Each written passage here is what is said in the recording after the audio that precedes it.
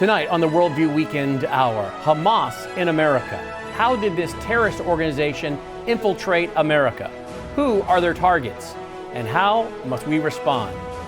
The Worldview Weekend Hour begins right now.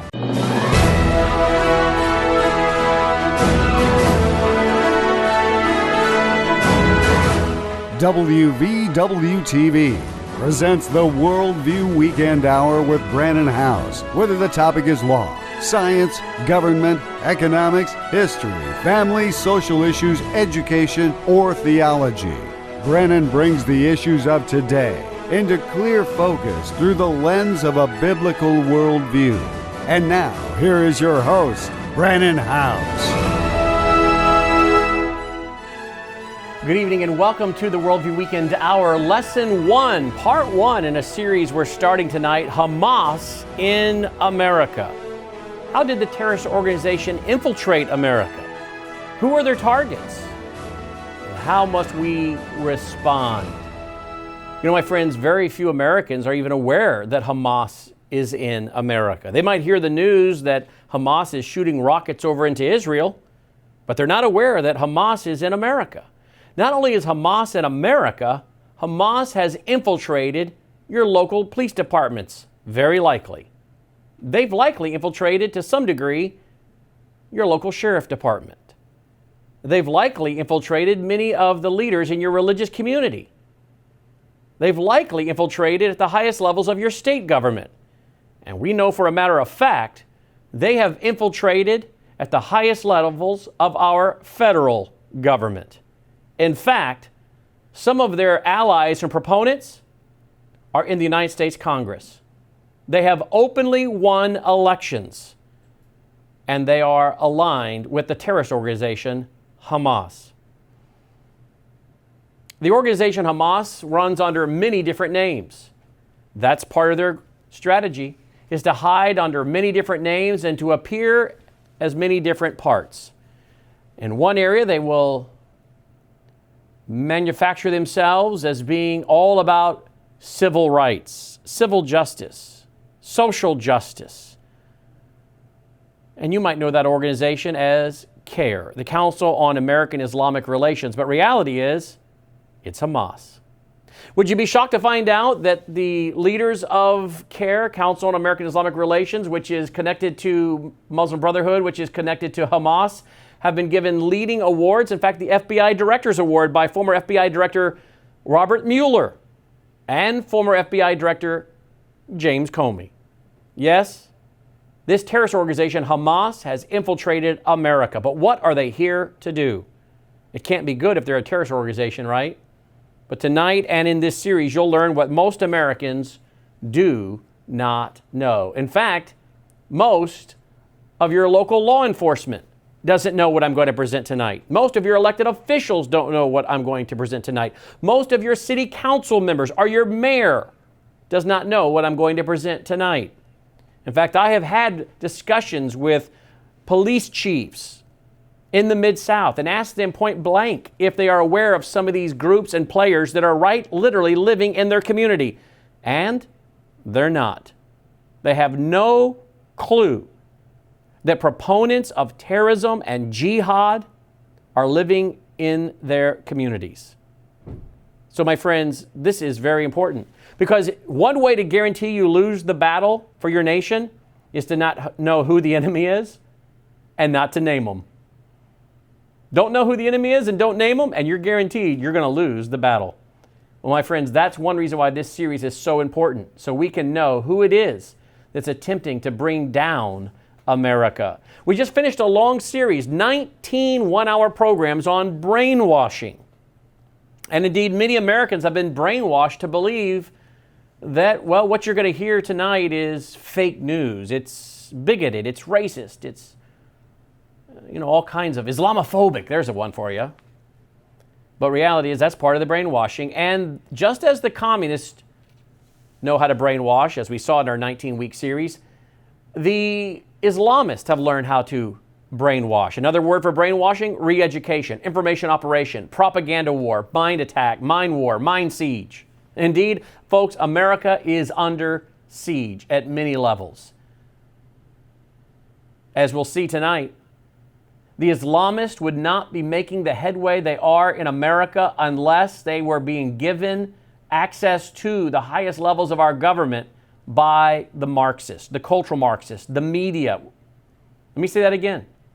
The Islamists and a terrorist organization like Hamas would never be able to infiltrate our government and our national security to the levels they have without the help of the Marxists. So should we be shocked that the Islamists are using the same tactics as the Marxists, including propaganda, information operation, brainwashing? Because after all, as you'll see in this series, the Islamists have learned so much of what they do from the Marxist, from the communist. So begins our series, Hamas in America, Part 1. Look at this headline. This is written by an excellent writer, Daniel Pipes. Notice the article. It's 2005, May 3rd, 2005, and the headline is Hamas versus America. He writes, in November 2003, the Israelis arrested Jamal Akal, 23, a Canadian immigrant of Palestine origins, and a year later, he pled guilty to planning to kill Israeli officials traveling in the United States, as well as leaders of the American and Canadian Jewish communities. Well, that was in 2003. The article was 2005, and here we are in August 2019. Is the situation even more dire? Indeed it is. We now have seen they have killed, the red-green axis, Jews right here in America, with the largest slaughter of Jews in American history thus far in their synagogue in Pennsylvania in 2018.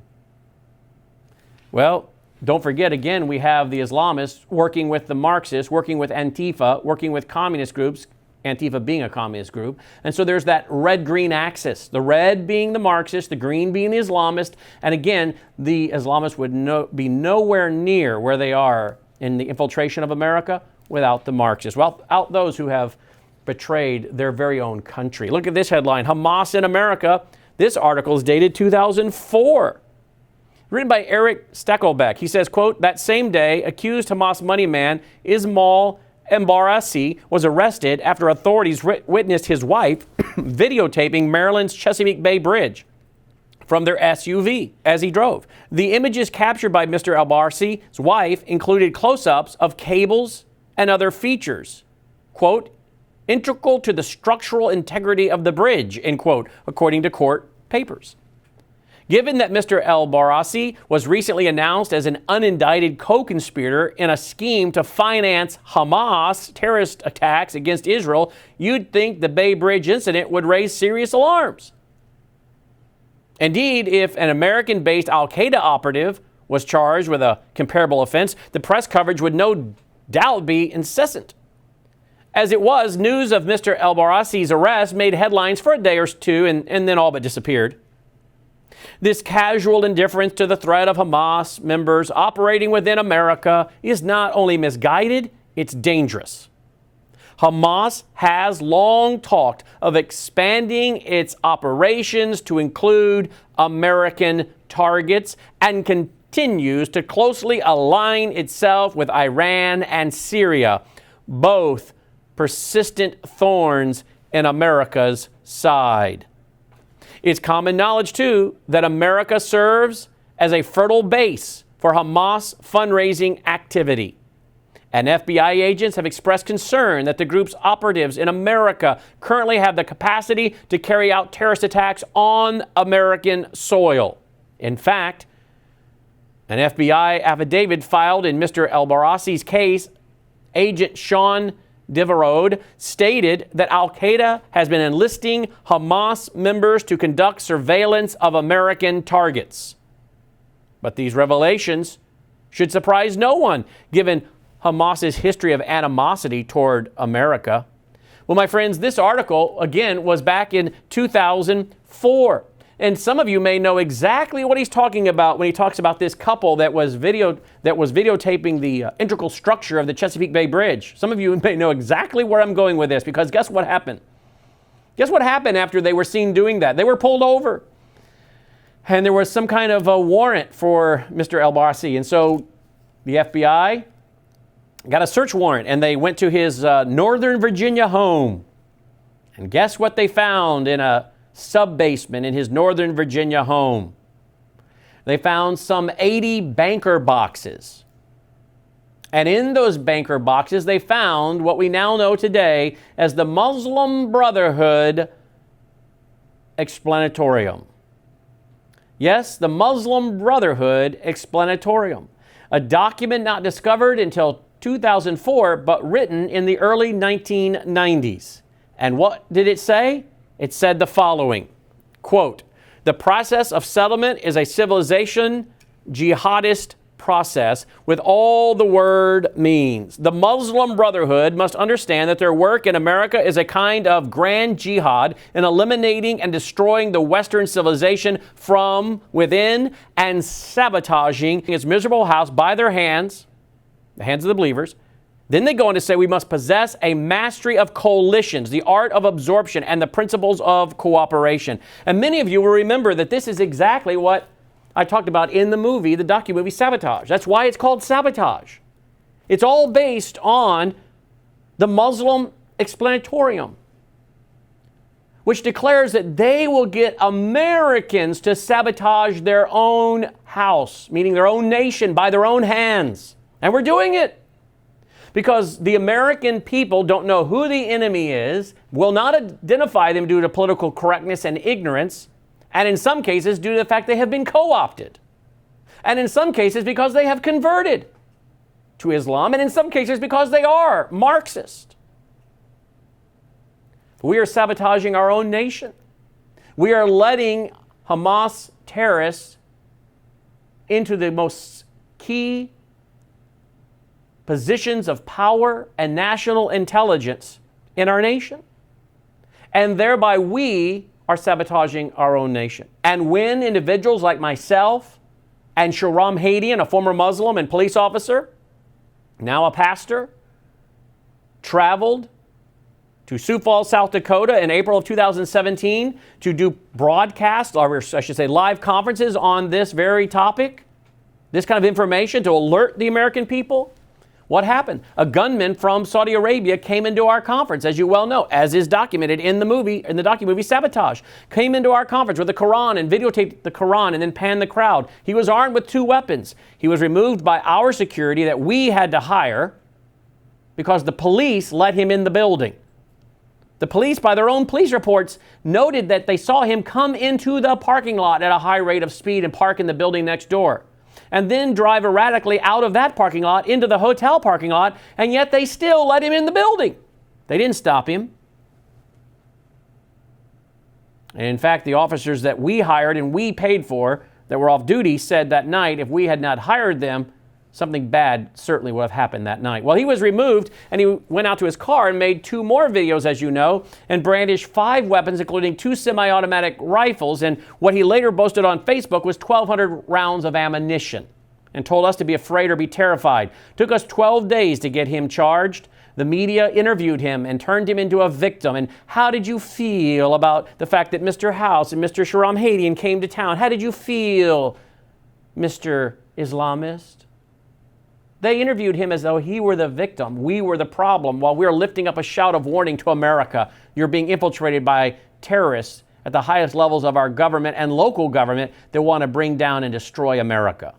They're here scouting terrorist targets. They're here and they're planning the slaughter of Americans and Christians and Jews. And who has helped them?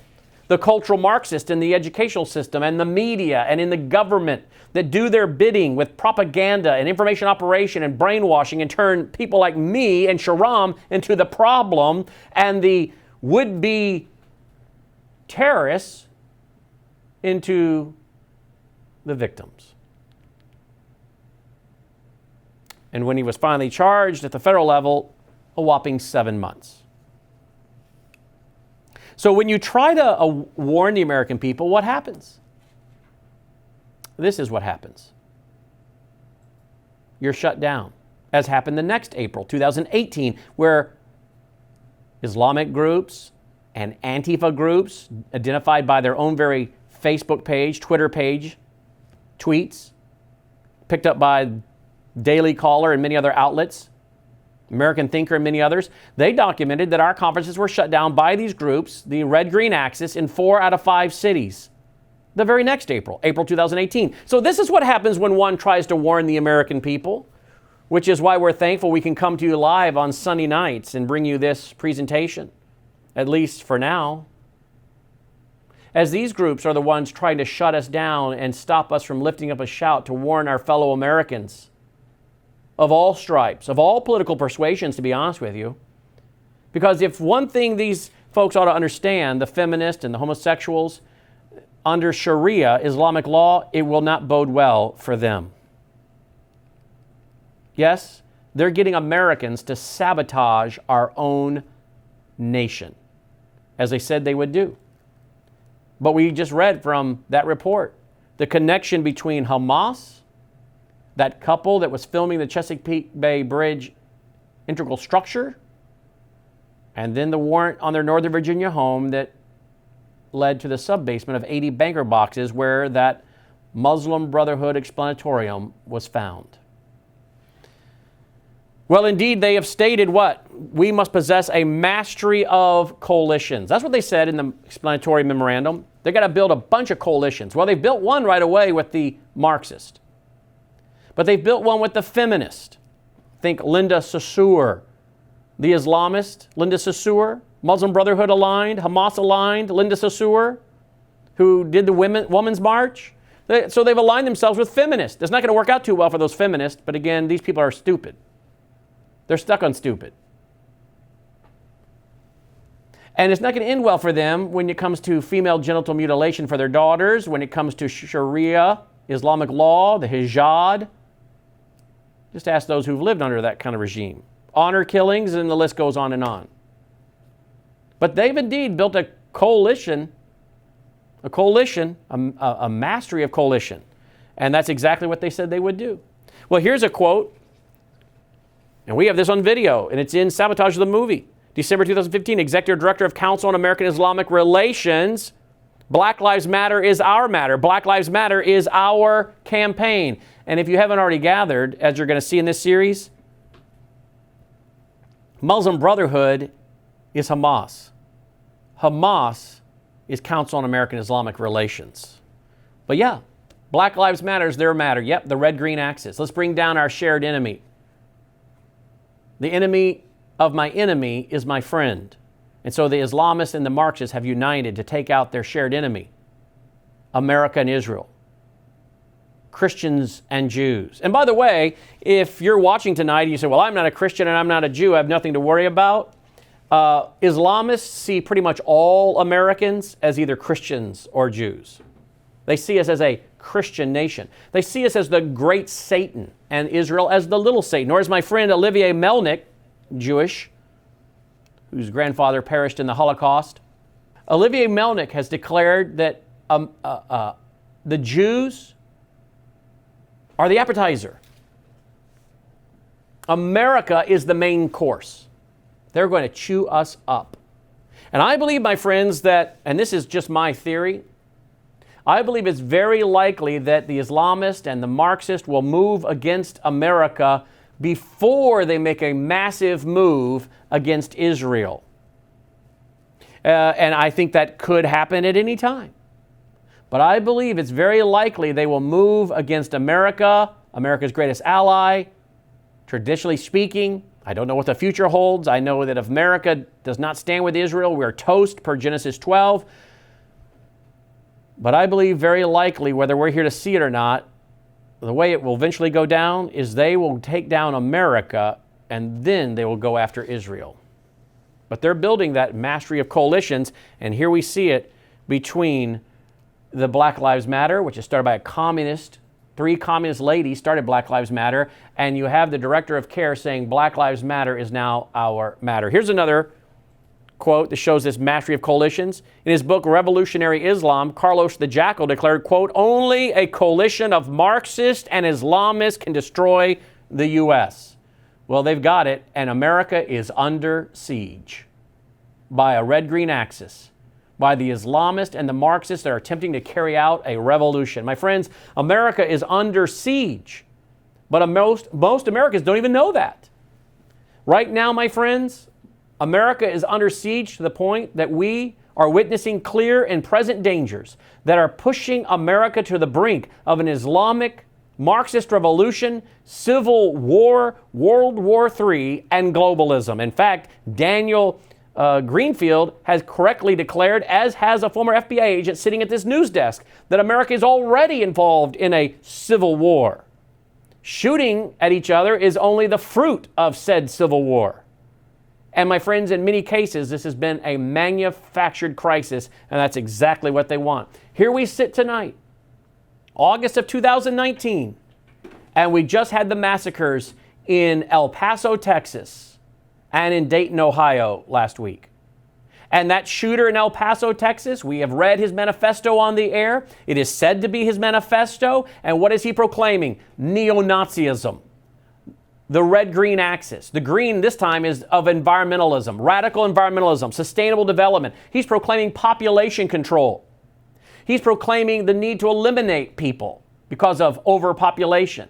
He's calling for sustainable development. That's Agenda 21. That's international socialism. He's calling for breaking America up so the races do not mix together. That could be a form of eugenics as promoted by Adolf Hitler. He's calling for basic universal incomes, redistribution of wealth. That's socialism. Where was the media? Were they telling you this? No, they were telling you he was a Trump supporter, even though his own manifesto said he was not, and he was espousing these ideas in his social media record before Trump was elected.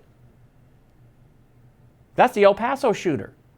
Do you think we're not already having Americans shooting at Americans? Are we not already involved in a civil war? And then you have the Dayton shooter. And the media, again, doesn't want to tell you that he was supposedly influenced in following some of the most progressive candidates out there in America running for president. They don't want to tell you about what influenced him because, again, he's on the progressive Marxist leftist side. So, folks, they've already started shooting at us. If they aren't shooting at the Jews in their synagogue, or as occurred in San Diego in the spring of 2019, they're shooting at Americans in Walmarts. And that's if they're not pulling conservatives wearing MAGA hats out of their cars and beating their brains in. That's if they're not showing up at our conferences, as did the Islamist in Sioux Falls, armed with 2 guns and a Quran and film it and then make another video in the parking lot brandishing 5 weapons, including 2 semi-automatic rifles and what he bragged was 1,200 rounds of ammunition, and tell us to be terrified and afraid. And then the next April, Antifa and the Islamist group shut down 4 out of 5 of our cities where we're trying to lift up the shout and warning that America, you need to wake up, we are under siege. And where were the elected officials? Where were the elected officials? I am not aware of one elected official that came out and spoke up and spoke out with any great voice about what happened to us with 4 out of 5 of our conferences being shut down. In fact, the Attorney General in South Dakota, a complete wimp in my opinion, wouldn't even prosecute the guy. It finally got done at the federal level. And then he jumped in and wanted to brag about what he was doing. But one of the attorneys representing us, who was in the House of Representatives in South Dakota, was literally in a yelling match with the Attorney General of South Dakota on the phone over not charging this guy in South Dakota. So, and these were Republicans. This was a supposed Republican Attorney General in South Dakota. The point is this, folks, we're under siege. And even the Republicans aren't doing their job. Look at this headline. Muslim woman elected to U.S. Congress wraps in Palestinian flag. Subheadline: Rashida Tlaib marks election victory with PLO flag, not stars and stripes. Date: August 11th, 2018. Folks, that's exactly a year ago tonight. That's exactly a year ago tonight that this article was published. And here's a screenshot of the video. Congresswoman-elect Rashida Tlaib wrapped in Palestinian flag on the night of her election win. You say, big deal. Well, are you aware of what the Palestinian flag is all about? Also adopted by the Palestinian Liberation Organization, a terrorist organization. Here's their map. Here's a map that many groups report has been on their website of the PLO. Doesn't include the existence for Israel. Just says Palestine. No, there's no Israel there, folks. They do not want to coexist with Israel. They want the elimination of Israel. And they want to bring down America and destroy us by our own hands, get us to sabotage our own nation for many reasons. Because they hate liberty. They hate freedom. They hate our way of life. They hate our Judeo-Christian ethic. They hate the Christians. They hate the Jews. They hate our stand for Israel. They hate our view of economics. They're socialists. That's one of the pillars of Islam is social justice, socialism. They don't like our view of marriage, our traditional view of marriage at the root of our Judeo-Christian ethic. They don't like many things, including our freedom of speech and freedom of religion. They don't like our courts, our court system. They have many reasons to want to destroy America, but they have no desire to get along with Israel. And yet here was this woman elected to the Congress, wrapped in the flag of what I believe is nothing less than a terrorist organization. Look what the Jewish Virtual Library has on their website. Here's what they say. The president of the Palestinian Authority, Mahmoud Abbas, is also head of its dominant faction, Fatah. The word Fatah is a reverse acronym of the Arabic, and there's the Arabic, meaning conquest by means of jihad. Now, if you take the letters of those words and you flip it around, see the H, see the A, and the T, see all that? See, this is the reverse. It's an acronym. It's an acronym for this word here in Arabic, meaning conquest by means of jihad. The Fatah flag features a grenade with crossed rifles superimposed on the map of Israel. This emphasizes the dedication of Fatah, along with other liberation groups, to the armed struggle against Israel, which is a euphemism for terrorism against civilians. So they're supposedly for liberation, liberating the Palestinian people from their oppressors, the Jewish people. And of course, what do we have now? The idea that the Jews are a bunch of racists because they're occupiers, even though we'll see in this series that is historically wrong, biblically wrong. And in fact, the nations of the world, going back to the 1920s, recognized on an international stage and through international documents that that is the rightful land of the Jewish people. But this is the history of the Palestinian Liberation Organization, its flag, the Palestinian flag, the PLO flag. Why is this woman, Congresswoman-elect, wrapping herself in this terrorist flag? Well, is she not really a proponent of Hamas? Now, we know there are factions within these groups. Fatah and Hamas are two factions that fight each other over there in Gaza and the West Bank. Politically, they have been fighting each other.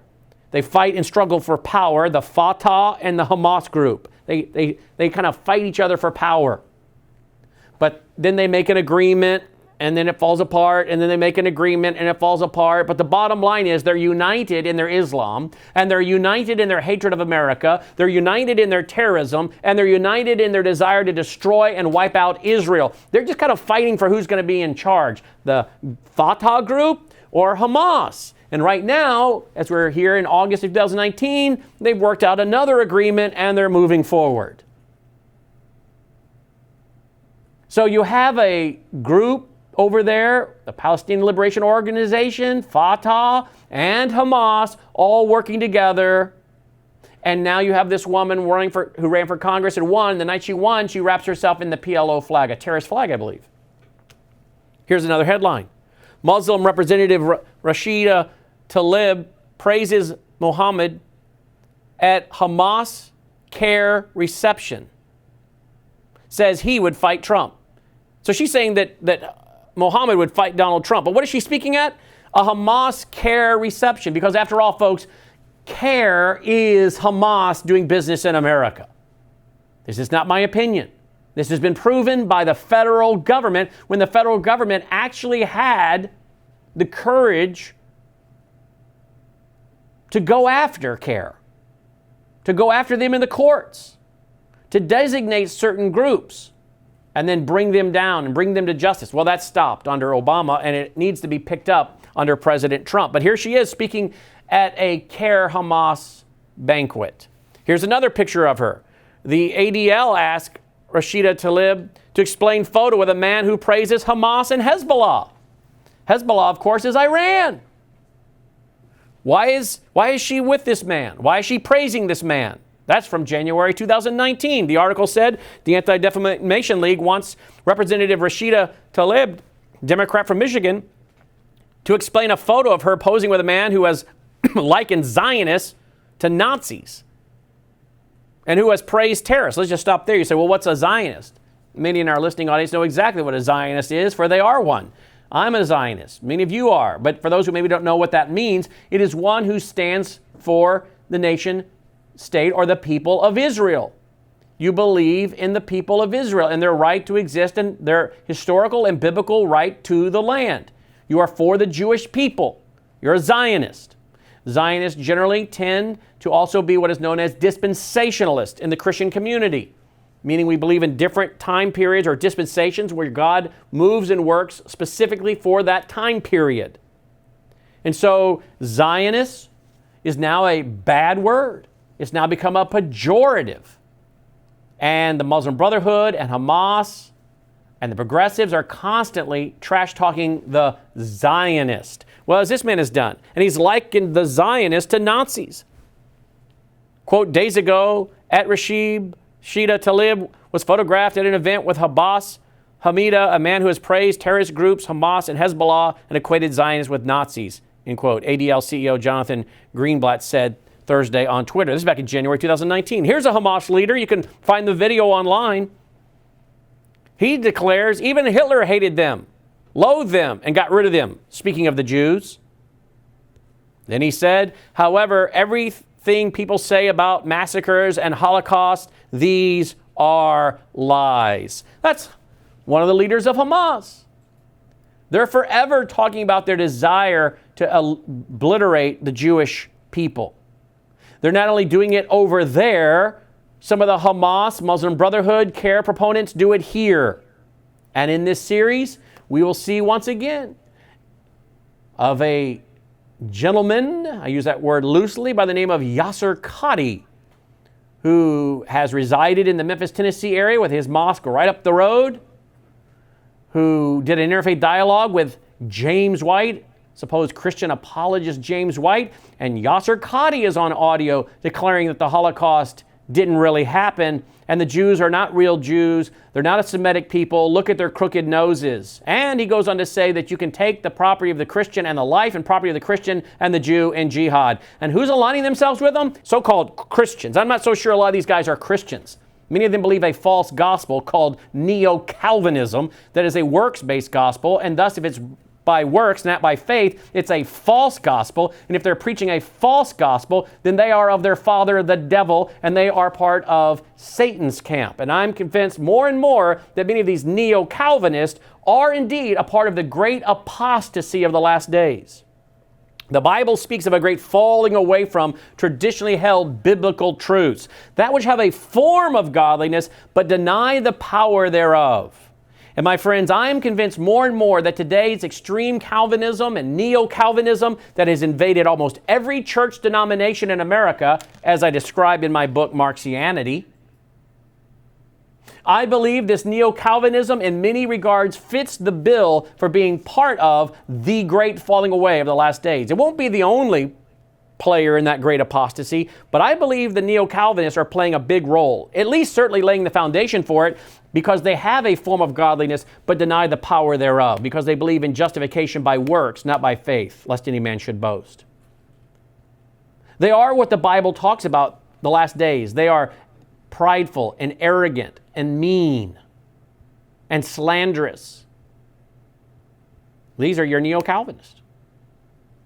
And your neo-Calvinists are doing interfaith dialogue. They are locking arms with proponents and people that work with and alongside and are part of CARE, which is Hamas, which is a terrorist organization that hates the Jewish people, that hates America. These people have not only betrayed Christ, they have betrayed their country. Or more importantly, I should put it, they've not only betrayed their country, they've done the ultimate, they've betrayed Christ. And when you are partnering with jihadis and sensing a kindred spirit with them and wanting them to teach the church the so-called true face of Islam, I believe you have betrayed not only your country, but you have betrayed Christ. And yet apparently we have so many useful idiots within evangelicalism that after you do this kind of behavior, you're not blacklisted. You continue to be invited to some of the biggest so-called neo-Calvinist churches and conferences and seminaries and colleges. And you tell me that this isn't laying the foundation for the great apostasy and the final culmination of a movement that comes against the nation state of Israel? This certainly is not the working of the Holy Spirit in their lives, now is it? What spirit is working in their life?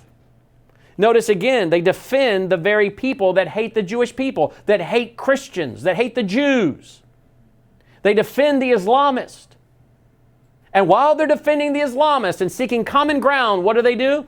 They slander and libel and disparage and criticize and ridicule and seek to destroy verbally those who are standing for righteousness and for the Jewish people. Does that not tell you who their father is? It does, in my opinion. And so this Hamas leader declaring that the Holocaust didn't really happen. Well, again, this is not new. This is common speech among the Hamas, CARE, Muslim Brotherhood leaders, including that of Yasser Qadi, James White's buddy, that he senses a kindred spirit with, and who he said mentored him on part of Islam. Here's another headline. Rashida Tlaib refuses to condemn Antifa. That's a communist group. Hamas, Sharia, female genital mutilation, all in the same day. And for those of you who don't know, Sharia is Islamic law. And the reason you don't say Sharia law is because then you're saying law. Sharia means law. So you just say Sharia. But here's what the article says. After speaking at a pro-socialist and communist rally at Reagan National Airport outside of Washington, D.C. on Tuesday, Michigan Congresswoman Rashida Tlaib was asked by LauraLoomer.us contributors Jacob Ingalls and Alicia Powell to condemn the recent Antifa terrorist attack on an ICE detention center in Washington state. Well, guess what, folks? She wouldn't do it. I watched the video yesterday in my research. You see the mastery of coalitions that they're building? Ilhan Omar, here's another one of the squad. First we had Tlaib, the woman up in Congress, up in Michigan who ran for Congress and won. Now we've got Ilhan Omar. She urges release of jailed Muslim Brotherhood leader, report says. The article says Representative Ilhan Omar, Democrat from Minnesota, advocated on Tuesday for releasing a senior member of the Egyptian Muslim Brotherhood, which is designated by several nations as a terrorist organization. By the way, Muslim Brotherhood is CARE. Muslim Brotherhood is CARE. CARE is Muslim Brotherhood. They're all Hamas.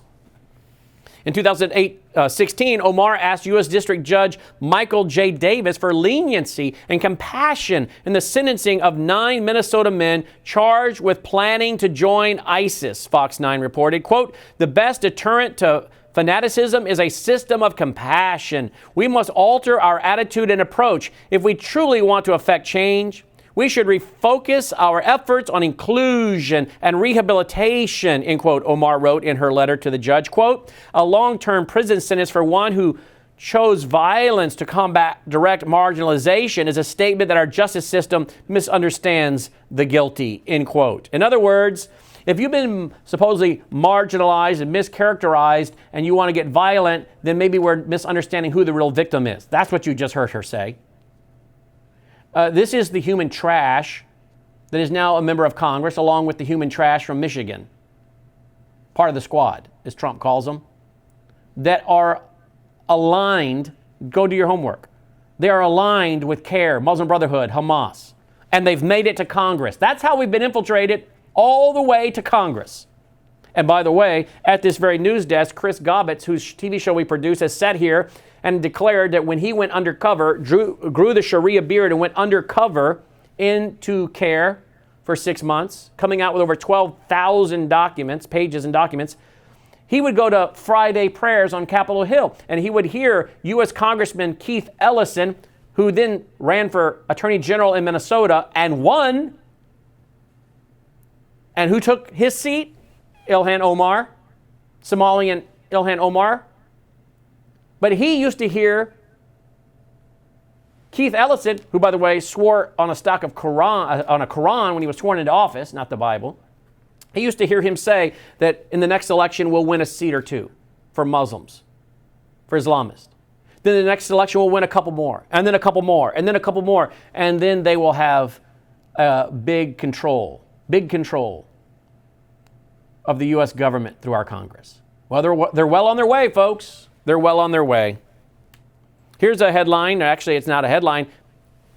Here's a screenshot of a banquet that was being advertised. March 23rd, 2019, Ilhan Omar speaking at an event with the Florida Chief Executive Director of CARE, Council of American Islamic Relations, which is Hamas, which is Muslim Brotherhood. Here's a headline, Breitbart. Ilhan Omar, CARE formed because Muslims were targeted after some people did something on 9/11. This is how stupid this woman is. She doesn't even know when CARE was formed. CARE was not formed after 9/11. We're going to find out when CARE was formed, Council on American Islamic Relations. When Muslim Brotherhood gave birth to CARE, it was not after 9/11. CARE was formed many years before 2001. So she either is lying or she's stupid or both. But she can't even say when Islamists from Saudi Arabia did something. No, she has to say some people did something. By the way, let's not forget that a federal judge has ruled on behalf of the 9/11 families. Money is to be paid. They'll never see it, but money is to be paid by Iran to the 9/11 families. Why? Because a federal judge in massive investigation that included our friend Claire Lopez, former CIA operations officer, Claire Lopez has revealed her research in part, as did the federal judge who ruled that Iran owes money to the 9/11 families. Why? Because they were trained. The Saudi hijackers were trained in Iran. And their passports weren't stamped. There was some kind of little symbol that was put on their passport so the person would know not to stamp it and to let them through. And they would go from Iran back into Saudi Arabia. So they went from Saudi Arabia into America. We would not see they'd been to Iran and throw red flags. So Saudi Arabia and Iran worked together, folks, to carry out 9/11. And in Iran, this is where many of those Saudi hijackers were trained. But Ilhan Omar is not going to tell you, hey, these were Islamists. These were people from Saudi Arabia and Iran. No, it's just some people did something. It was Islamists that killed over 3,000 Americans. And what happened after that? George W. Bush came out and gave press conferences with members of Hamas, i.e. CARE, a terrorist organization, standing behind him to tell us how peaceful Islam is and take the Quran out of context. That was George W. So the question in this series has been Hamas in America. How did this terrorist organization infiltrate America? I'm telling you right now, with the help of people like George W. Bush and political correctness. And of course, like all the other brainwashing we've seen in our last series, 19 weeks we did on brainwashing, what did we say? It's religion, media, and education. Religion, media, and education. And that's who keeps it up today. You're useful idiots within religion, doing interfaith dialogue, thinking we can find common ground with jihadis, with Hamas. It's the media who won't tell you who these people are, what their goal and objective is, but instead slanders and libels and destroys the patriotic Americans trying to lift up a shout. It's religion, it's media, it's the educational system that has indoctrinated our young people into believing the lies about Islam. So the brainwashing operation certainly continues. And here's another screenshot. Islamic Relief Banquet, February 23rd, 2019. And what do we see? Congresswoman Ilhan Omar, she's giving another speech at another banquet, this time with the Islamic Relief Group. It's the Islamic Relief Banquet, February 23rd, 2019 in Tampa, Florida. Well, what do you know about the Islamic Relief Banquet? Well, let's go over to the Jerusalem Post. February 13, 2019, it says Islamic Relief has been found to have connections to funding terrorism and Islamic extremists. A Swedish government report named the organization as a front for the Muslim Brotherhood. So what is Islamic Relief that she's speaking for? It's a front for Muslim Brotherhood. What is Muslim Brotherhood? They founded CARE. What else did they found? Hamas. So here we are with this gentleman. This is the co-founder of BDS, Omar Barghouti, however you say his name. Not that I really care. He's the co-founder of BDS. You know what BDS is? We'll get into this in the series. This is a boycott, divestment, sanctions. That's what BDS is, an acronym for boycott, divestment, sanctions. It's a boycott against Israel. This is, by the way, very similar, as we'll see in this series, very similar to the night of the broken glass, Kristallnacht, the night of the broken glass.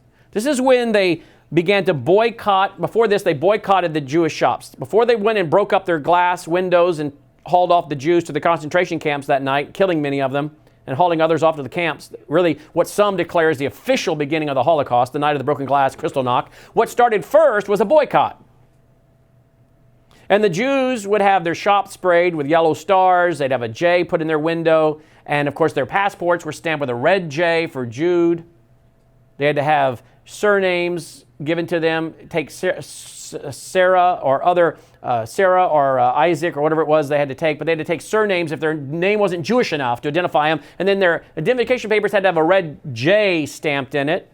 So once they were identified and marginalized and characterized, they were terrorized. And the terrorizing was legalized. You see the steps here? Marginalize, characterize, vilify, terrify, and then legalize it all.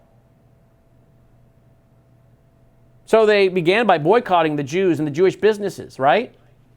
And then there was the night of the broken glass where the police turned their eye, broke their shop windows, looted their businesses, burned them to the ground, beat up the Jewish men, hauled many of them off to the concentration camp, and that doesn't count those that were killed that night. And the police turned a blind eye. Just as we see the police turning a blind eye to the Islamists and the Marxists today. Oh, well, we saw the guy drive in erratically and park next to the building, next to the hotel that was hosting the Worldview weekend where we had all these Muslims out front protesting because we, the police, had given them a permit to protest, and so we had to be there to monitor them. And we saw this guy drive in and drive at a high rate of speed and park in the building next door. Then we saw him pull out of the slot and pull into the parking lot of the hotel and drive at a high speed and erratically, and we did nothing. We just turned a blind eye, watched him go in. Sound familiar? Did any of the police say, oh, hey, we're not going to tolerate this shutting down religious free speech conferences in Wisconsin or other states? No, we will turn out the police and protect the right of our citizens to attend a Christian political conservative function because we believe in freedom of speech and freedom of religion in America. Did law enforcement at the highest levels of those states do that in April 2018, the following year? No. Once again, they turn a blind eye. Law enforcement turns a blind eye. Did we hear from the attorney generals of these states? No. In South Dakota, did the attorney general come to our aid? No. He was being yelled at on the phone by the state representative that was in the audience that night about why do you not charge this man and arrest him right now. The highest functioning law enforcement turned a blind eye, as they have done again and again and again. Just like they turned a blind eye when the Jews were being persecuted in Germany. Law enforcement turned a blind eye. So that's how it started. Marginalize, characterize, terrorize, legalize the terrorizing. And it started with boycotts, and then after it was boycotts and agitating to the point of conflict, you break their windows, steal their stuff, kill them, and haul them off to concentration camps, and it started with boycotts in part. Well, now we have this. Here's back to the screenshot. Now we have BDS. BDS. Here's the co-founder. U.S. funding site suspends BDS account over alleged terrorist ties. Well, shocker. BDS is tied to terrorism. Boycott campaign removed over complaint that notes its affiliation to umbrella group of Palestinian factions, including Hamas and Islamic Jihad. Well, as we're going to see in this series, Muslim Brotherhood was founded in 1928. Muslim Brotherhood founded Hamas in 1987. And Brotherhood and Hamas officials founded CARE in 1994. This is what we're going to learn in the coming weeks through this series. Number one, Muslim Brotherhood was founded in 1928. Number two, Muslim Brotherhood founded Hamas in 1987. And number three, Brotherhood and Hamas officials formed CARE in 1994. Oh, sorry, Ilhan Omar. CARE wasn't founded after some people did something on 9/11 in 2001, 9/11, 2001, you moron. It was formed in 1994. Muslim Brotherhood was founded in 1928 by Hassan al-Banna. Hassan al-Banna. Here's what he said in 1934.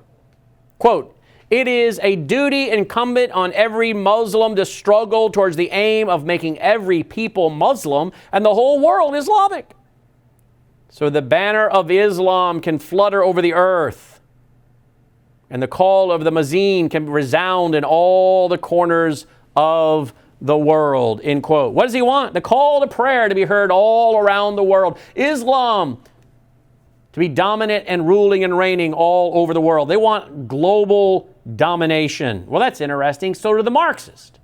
Well, who's going to run it?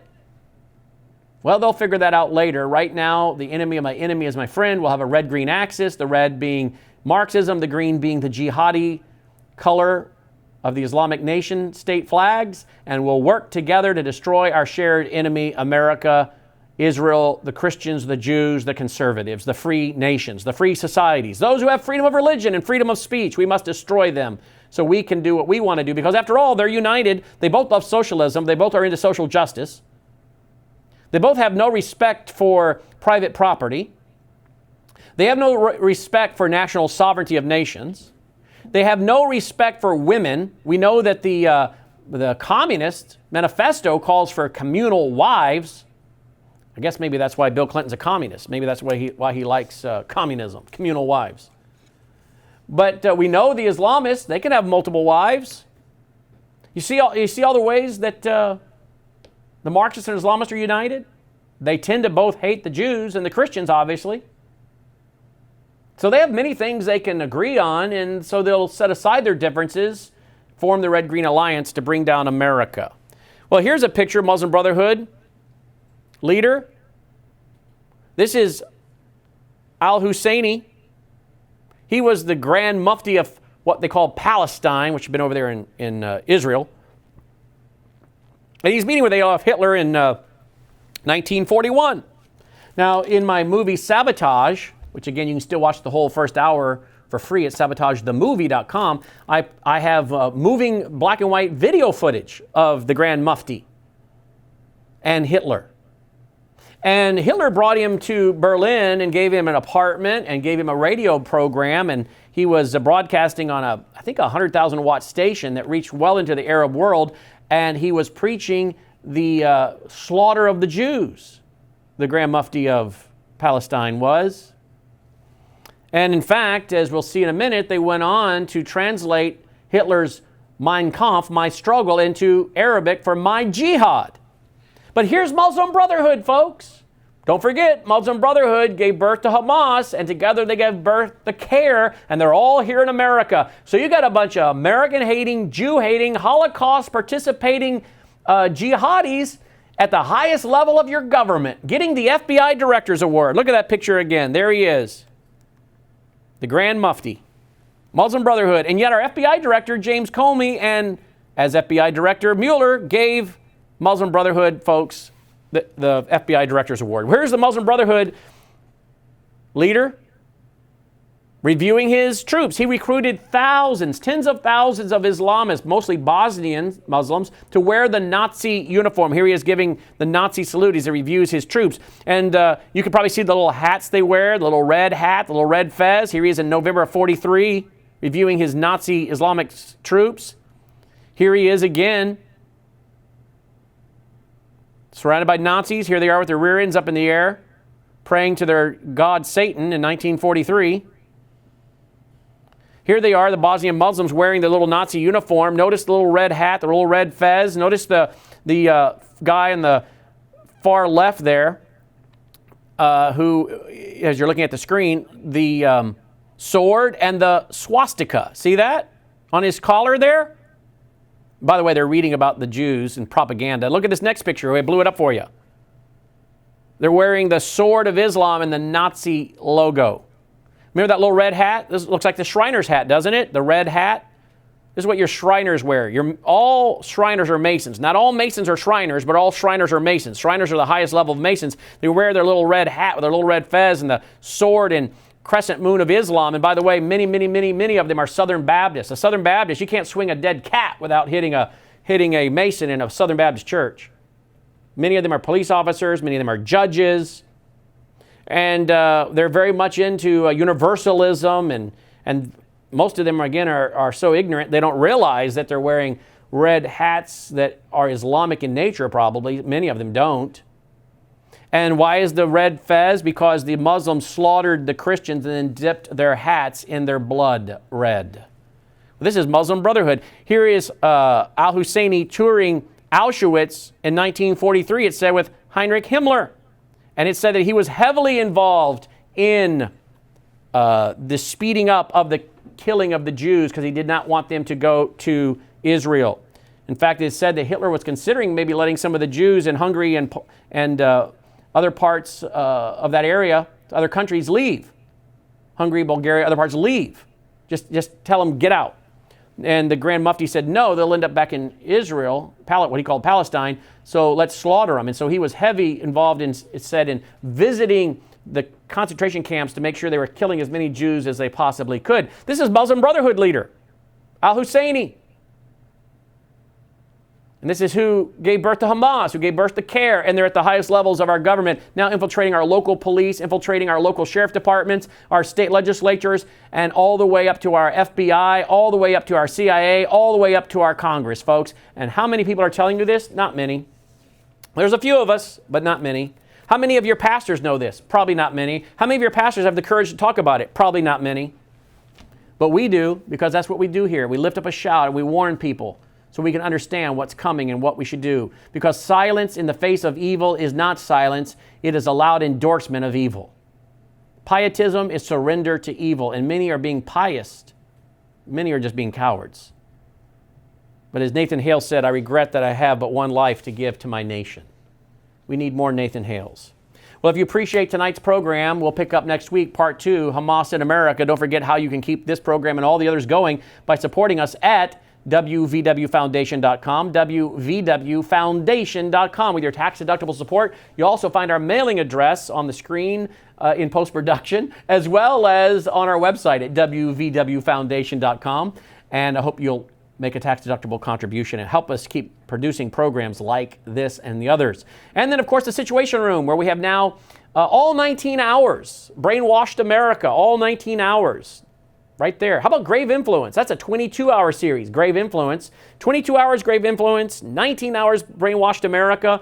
Who needs Netflix and Amazon Prime when you got the Situation Room? You can join us for a little as $9.99 a month. SituationRoom.net, $99 a year, $149 for 2 years, or save $100 and join at the 3-year rate of $199. SituationRoom.net. All right, well, next week, Hamas in America, part 2. Thanks so much for watching. Till then, I'm Brandon Howse. Take care.